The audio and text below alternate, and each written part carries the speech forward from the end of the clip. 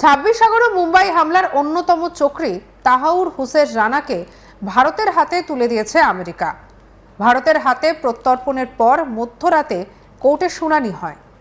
এরপর থেকে 18 দিনের জন্য এনআইএ হেফাজতে রয়েছে রানা। বর্তমানে এনআইএর সদর দপ্তরে একতলায় বিশেষ সেলে রাখা হয়েছে রানাকে। তাকে জিজ্ঞাসাবাদ করছেন এনআইএর বিশেষ টিমের সদস্যরা। সেই তাহাউর হুসেন রানার প্রত্যর্পণ নিয়ে এবার পাকিস্তানকে কড়া বার্তা দিল ভারতের বিদেশ মন্ত্রক। বিদেশ মন্ত্রকের মুখপাত্র রণধীর জয়সওয়াল সাংবাদিক বৈঠকে বলেন, পাকিস্তান অনেক চেষ্টা করতে পারে, কিন্তু বিশ্ব সন্ত্রাসের আতুরঘর হিসেবে পাকিস্তানের তকমা খুঁজবে না। তাহাউর হুসেন রানার প্রত্যর্পণ নিয়ে পাকিস্তানকে মনে করিয়ে দিতে চাই যে 26/11 ঘটনায় বাকি অভিযুক্তদেরও বিচারের আওতায় নিয়ে আসতে হবে, যাদের পাকিস্তান এতদিন পর্যন্ত প্রশ্রয় দিয়ে এসেছে। কি বলছেন বিদেশ মন্ত্রকের মুখপাত্র রণধীর জয়সওয়াল, শুনব।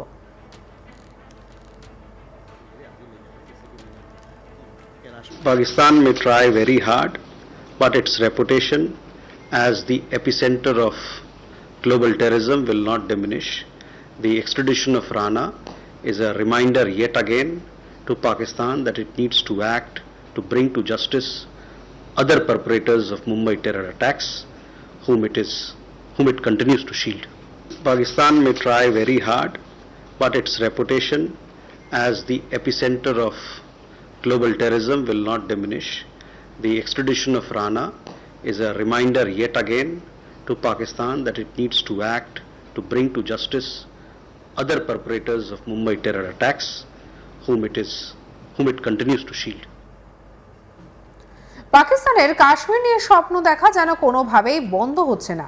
মানে পাকিস্তান যে কাশ্মীরের পিছনে পড়ে আছে এবং ভারতের ওপরে তারা নজর রাখছে, তা পরিষ্কার পাক সেনা প্রধানের মন্তব্যে।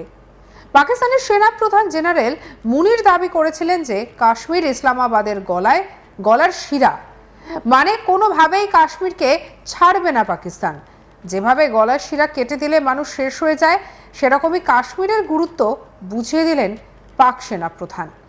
একটি অনুষ্ঠানে বক্তব্য রাখতে গিয়ে জেনারেল আসেম মুনির বলেছেন, আমাদের অবস্থান খুব স্পষ্ট, এটা আমাদের কণ্ঠের শিরা ছিল, থাকবে, আমরা ভুলবো না, আমাদের কাশ্মীরি ভাইদের লড়াই করতে ছেড়ে দেব না। কি বলছেন আসেম মুনির, শুনবো। Government stance on Kashmir is absolutely clear. It was our jugular vein, it is our jugular vein. We will not forget it, and we will not leave our Kashmiri brethren in their heroic struggle, what they are waging against the Indian occupation. And government stance on Kashmir is absolutely clear. It was our jugular vein, it is our jugular vein. We will not forget it, and we will not leave our Kashmiri brethren in their heroic struggle, what they are waging against the Indian occupation. পাকিস্তানিরা কখনোই তা ভুলবে না। পাক সেনা প্রধানের এই মন্তব্যে এবারে কড়া জবাব দিল ভারত। বৃহস্পতিবার বিদেশ মন্ত্রকের মুখপাত্র রণধীর জয়সওয়াল পাক সেনা প্রধানের মন্তব্যের প্রতিক্রিয়া দিয়ে কড়া আক্রমণ শানিয়েছেন। তিনি বলেন, কোনো বিদেশের মাটি কিভাবে গলার শিরা হতে পারে, এটা ভারতের অংশ। পাকিস্তানের সঙ্গে কাশ্মীরের সম্পর্ক একটাই, বেআইনিভাবে দখল করে ভূখণ্ডকে খালি করা। কি বলছেন রণধীর জয়সওয়াল, শুনবো। How can anything foreign be in there in a jugular vein? This is a union territory of India. Its only relationship with Pakistan is the vacation of illegally occupied territories by that country. So this is my response to your question. जहाँ तक बांग्लादेशियों का सवाल आपने कहा,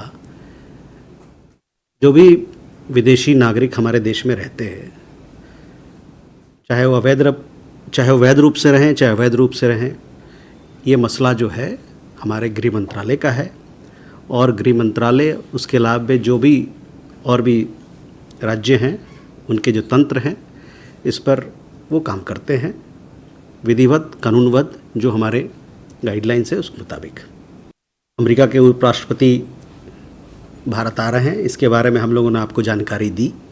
उनकी यात्रा 21 से 24 अप्रैल तक है।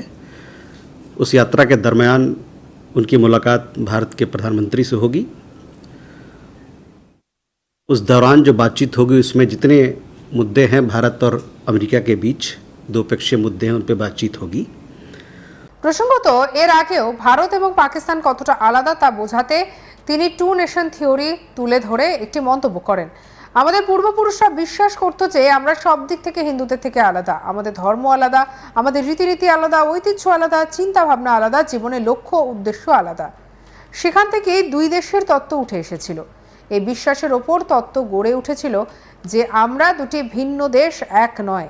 আমাদের পূর্বপুরুষরা এর জন্য অনেক আত্মত্যাগ করেছেন।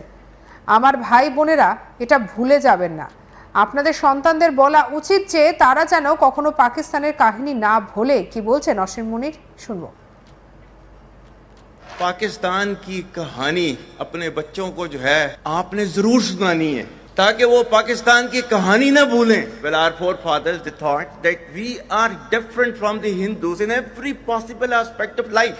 Our religion is different, our customs are different, our traditions are different, our thoughts are different, our ambitions are different. That was the foundation of the two-nation theory that was laid there. That we are two nations. We are not one nation. So because of that, our forefathers, they struggled, mounted that incessant struggle to create this country. Our forefathers, they have sacrificed immensely. And we have sacrificed a lot for the creation of this country. And we know how to defend it. My dear brothers and sisters and sons and daughters, please don't forget the story of Pakistan. And don't forget to narrate the story of Pakistan to your next generation so that their bond with Pakistan, it never weakens. Whether it is the third generation or the fourth generation or the fifth generation, they know that what Pakistan is for them. आज तक इंसानियत की तारीख में सिर्फ दो रियासतें हैं जो कलमे की बुनियाद पर बनी हैं। पहली जो थी उसका नाम है रियासत तैयबा, क्योंकि तैयबा जो है वो नबी करीम सल्लल्लाहु अलैहि वसल्लम ने उसको नाम दिया था। और जबकि कुरान में उसका नाम है यसरब, या अहले यसरिबा ला मुकाम लकुम फरजिउ, ये कुरान में नाम है उसका, जो आज जिसको मदीना अल मुनव्वरा कहा जाता है। और दूसरी रियासत जो है वो उसके 1300 साल के बाद अल्लाह ताला ने ये आपकी बनाई है कलमे की बुनियाद के ऊपर।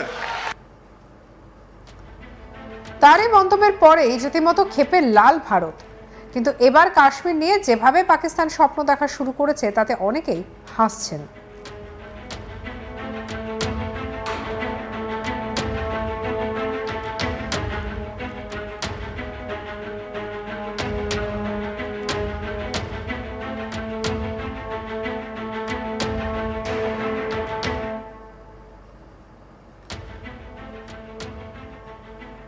সঙ্গে রাখুন আজ তাক বাংলার ইউটিউব চ্যানেলকে। অন্যান্য খবরের জন্য লাইক, কমেন্ট, শেয়ার, সাবস্ক্রাইব করুন।